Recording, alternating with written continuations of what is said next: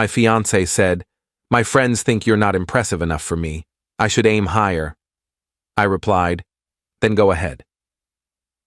That same day, I canceled the venue, the ring, everything, quietly. 2 weeks later, at 2 a.m., her closest friend called me crying. "Please pick up. Something happened at the bachelorette party, and it's about you." I'm Nathan, 34, and 3 weeks ago I was engaged to a woman who apparently thought I wasn't good enough for her social circle. The relationship ended in the most bizarre way possible, but I'm getting ahead of myself. I'd been with Amy for 4 years, engaged for 6 months. We met through work. She was in PR. I did project management for a mid-sized construction firm. Nothing glamorous, but stable and well-paying. We had what I thought was a solid relationship. We traveled together, had the same sense of humor, talked about having kids someday. Her friends always seemed nice enough when we hung out, though I noticed they had a tendency to talk about money and status more than I was comfortable with. The breaking point came on a Wednesday evening 3 weeks ago. We were at her apartment having dinner. I'd picked up Thai food on my way over, and she seemed distracted, kept checking her phone, giving short answers to my questions. Finally, I asked what was wrong. "I had lunch with the girls today," she said, not looking up from her pad. "Thai, okay. How was it?"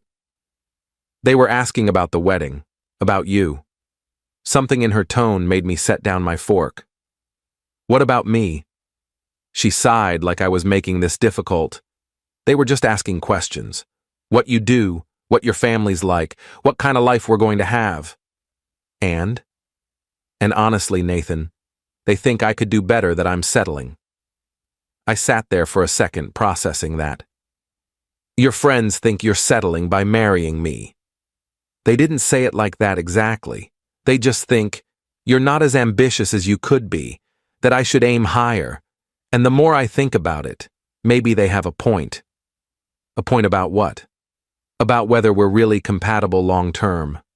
I mean, you're happy with where you are career-wise, but I want more. I want to travel first class, live in a nice neighborhood, send our kids to private schools. Can you provide that? I felt something cold settle in my chest. "I make good money, Amy. We've talked about our future. You've never said any of this was a problem before." "I know, but talking to the girls made me realize I've been, I don't know, not thinking big enough. They think I should be with someone more impressive, someone who makes them jealous, not someone who makes them ask, 'But what does he do exactly?' So your friends don't think I'm impressive enough, and now you agree with them." "I'm just being honest about my concerns." I nodded slowly. "Okay. Then go ahead and aim higher." She looked surprised. "What?" "If you think you can do better than me, go ahead and try. I'm not going to sit here and audition to be good enough for you or your friends. Either you want to marry me or you don't." "Nathan, don't be dramatic."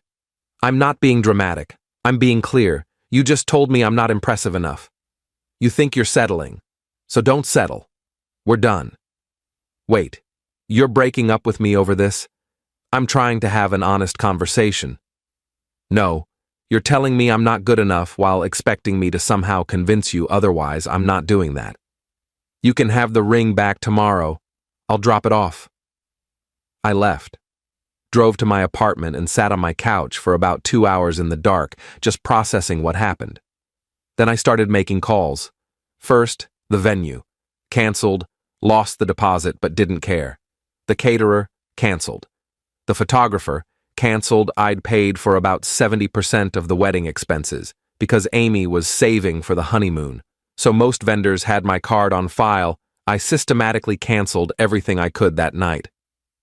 The next morning, I took the engagement ring, an $8,000 ring I'd saved for over a year to buy, back to the jeweler. They had a return policy within 90 days minus a restocking fee. I got about $6,500 back. Then I texted Amy, "Ring is returned. All wedding vendors I paid for are canceled. You're free to aim higher now." She called immediately. I didn't answer. She called 17 more times that day. I blocked her number. Update 1. The first week after the breakup was surreal. Amy tried to reach me through mutual friends, through social media, even showed up at my apartment once. I didn't answer the door. Our mutual friends were divided. Some thought I'd overreacted, others thought Amy had revealed her true colors and I'd dodged a bullet. What I didn't know was that Amy hadn't told anyone we'd broken up. She was still posting about wedding planning on social media, still talking to her friends about dress shopping. According to my friend Jake, who was friends with one of her bridesmaids, Amy was telling everyone I was going through something, and we were taking a short break. She wasn't accepting that the wedding was off. 2 weeks after the breakup, Amy's bachelorette party was scheduled for that weekend. I'd forgotten about it entirely until Jake mentioned it. The party was supposed to be in Nashville, a whole weekend thing with her 6 closest friends. I figured she'd cancel it once reality set in, but apparently she went through with it. At 2:47 a.m. on the Saturday night of her bachelorette party, I got a call from an unknown number. I almost didn't answer, but something made me pick up. Hello? Nathan? It's Jessica. Amy's maid of honor, crying so hard I could barely understand her. Jessica, what's wrong? I need to tell you something I can't. We can't let Amy do this to you. Oh my God, I feel so sick. Slow down.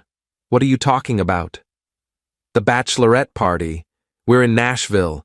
Amy's been drinking all night and she told us everything. About why you broke up. About what she said to you. Okay? She told us her plan, Nathan. She's not accepting the breakup. She thinks if she just continues planning the wedding and shows up at the venue on the wedding date, you'll go through with it because you won't want to embarrass her in front of everyone. I sat up in bed. What? She rebooked everything. The venue, the caterer, everything you canceled. She's been using her credit cards and her parents' money.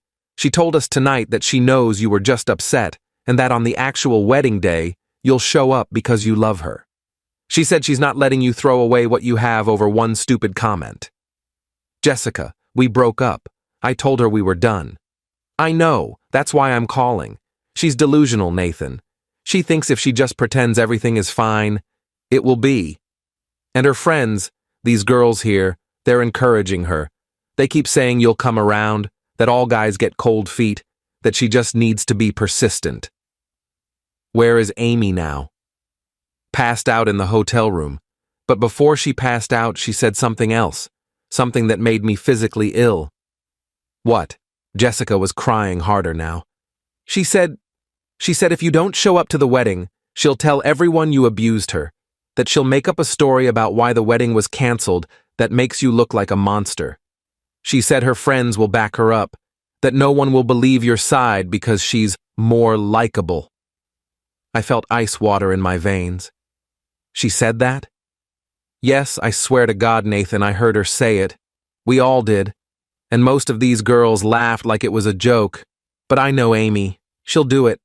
She's so obsessed with not looking bad that she'll destroy your reputation to save face. Why are you telling me this? Because it's insane. You're a good guy. You didn't deserve what she said to you, and you definitely don't deserve this. I told Amy I thought she was wrong about you not being impressive enough. I told her she was being shallow and stupid, but she wouldn't listen. And now she's planning to either trap you into a wedding or ruin your life if you don't comply. I was quiet for a long moment. Are the other bridesmaids there with you? Yeah, most of them are asleep or drunk. But Melissa heard everything too. She's here with me. We both think you need to know. Can you record Amy saying this stuff, or get any of it in writing? I can try. She has our group text where she's been talking about the wedding like it's still happening. I can screenshot that. Do it. Send me everything. And Jessica, thank you for calling. I know that wasn't easy. After we hung up, I sat in bed staring at the ceiling trying to figure out what to do. 20 minutes later, my phone buzzed with screenshots. Amy's messages to her bridesmaids were unhinged. Nathan will come around. He's just being stubborn. He'll show up on the day because he won't want to humiliate me. And finally, If he doesn't show up, I'll just tell everyone he was controlling and I called it off. No one will blame me. Update 2. Sunday morning, I called a lawyer, explained the situation, showed him the screenshots Jessica had sent. He said while Amy hadn't technically done anything illegal yet, her threat to falsely accuse me of abuse could be considered defamation if she followed through. He advised me to document everything and prepare for the worst. I also called Amy's parents. Her dad picked up. "Mr. Patterson, it's Nathan. I need to talk to you about something serious." "Nathan. Amy said you two were working through some issues. Everything okay?" "No, sir. Everything is not okay. Amy and I broke up 3 weeks ago.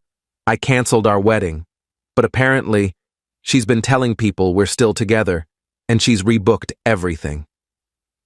There was a long silence. "She said you were taking a break." "We're not taking a break. We're broken up. She told me I wasn't impressive enough for her and her friends. When I ended things, she refused to accept it. Now she's in Nashville telling her bridesmaids that if I don't show up to a wedding I didn't agree to, she'll falsely claim I abused her." Nathan, that's a serious accusation. I have proof. Her maid of honor called me last night. I have screenshots of Amy's messages. She's planning to either force me into this wedding or destroy my reputation. I wanted you to hear this from me before it escalates. Mr. Patterson asked me to send him the screenshots. I did. He said he'd call me back. He called back 2 hours later. I talked to Amy. She's not in a good place, Nathan. She admitted she's been in denial about the breakup. She swears she wouldn't actually make false accusations, that she was drunk and talking nonsense. With all due respect, sir, drunk words are sober thoughts. I can't trust that she won't go through with it. I understand. I'm going to get her home from Nashville today, and we're going to have a family conversation. I'm also going to make sure the wedding vendors are contacted and everything is definitively canceled. You have my word. Thank you. Nathan, for what it's worth, I think Amy made a terrible mistake. You've always been good to her. I'm sorry it ended this way. Update 3. Amy's parents did cancel everything and apparently staged some kind of intervention. Jessica texted me updates over the next few days. Amy was forced to tell her friends the truth, that we were broken up, that she'd sabotaged the relationship by telling me I wasn't good enough, and that her plan to wait me out had failed spectacularly. The friend group imploded. Jessica and Melissa both distanced themselves from Amy, disgusted by her behavior. The other bridesmaids apparently felt deceived and embarrassed that they'd been helping plan a wedding that wasn't happening. Amy's reputation in her social circle took a massive hit. 4 days after the Nashville incident, Amy sent me a long email.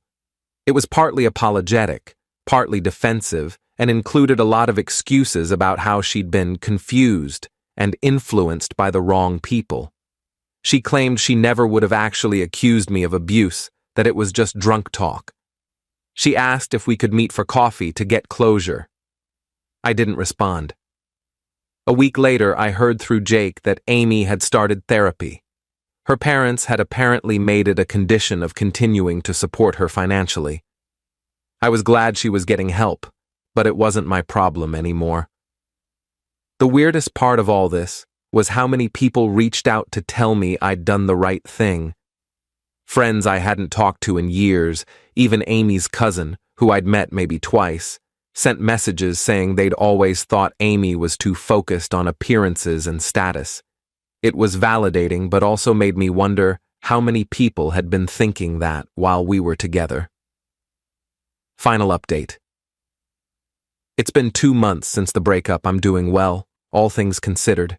I've been focusing on work, started going to the gym more consistently, and reconnected with some friends I'd neglected during the relationship. Jessica and I have stayed in touch, just as friends. She feels guilty about not speaking up sooner about Amy's behavior. I told her she doesn't need to feel guilty. She called me when it mattered most. Amy moved to a different city about 3 weeks ago, got a job transfer according to Jessica. I think she was too embarrassed to stay here after everything that happened. The story got around, not because I told people, but because the bridesmaids talked, and it spread. In a city this size, that kind of drama doesn't stay quiet. I ran into one of Amy's friends from that lunch, the one who apparently started the whole "you're not impressive enough" conversation. At a coffee shop last week, she actually approached me. "Nathan, hi. Can I talk to you for a second?" "Sure. I just wanted to say I'm sorry. For what I said about you to Amy, I didn't think she'd actually take it seriously, and I definitely didn't think it would blow up like this." "What exactly did you say?"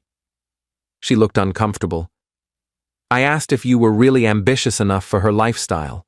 It was stupid and judgmental.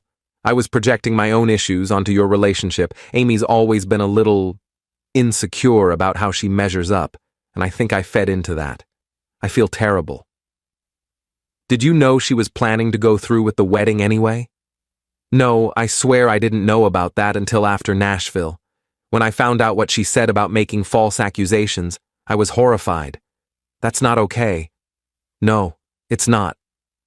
For what it's worth, I think she really did love you. She just got it in her head that she needed to be with someone more flashy to prove something to people. It was never really about you." I nodded. "Thanks for apologizing. I appreciate it." She left, and I sat there with my coffee thinking about what she'd said. Amy loved me, but not enough to defend me to her friends, not enough to be proud of what we had instead of chasing some imaginary better option. That kind of love isn't enough. I'm not bitter anymore, just relieved. Relieved that I found out before the wedding. Relieved that Jessica called me that night. Relieved that I didn't waste more years with someone who saw me as a status symbol instead of a partner. The engagement ring money is sitting in a savings account. I'm not sure what I'll do with it yet. Maybe a trip somewhere I've always wanted to go. Maybe just let it sit there as a reminder that I made the right choice. Amy's parents sent me a card last week apologizing for everything and thanking me for handling it with maturity. That was unexpected, but nice. As for dating again, I'm not there yet, but I'm open to it eventually. Next time, I'll be more careful about someone's values, about whether they see me as enough, exactly as I am, without needing to be more impressive for their friends. I learned that the right person won't need to aim higher because they'll already know they hit the target.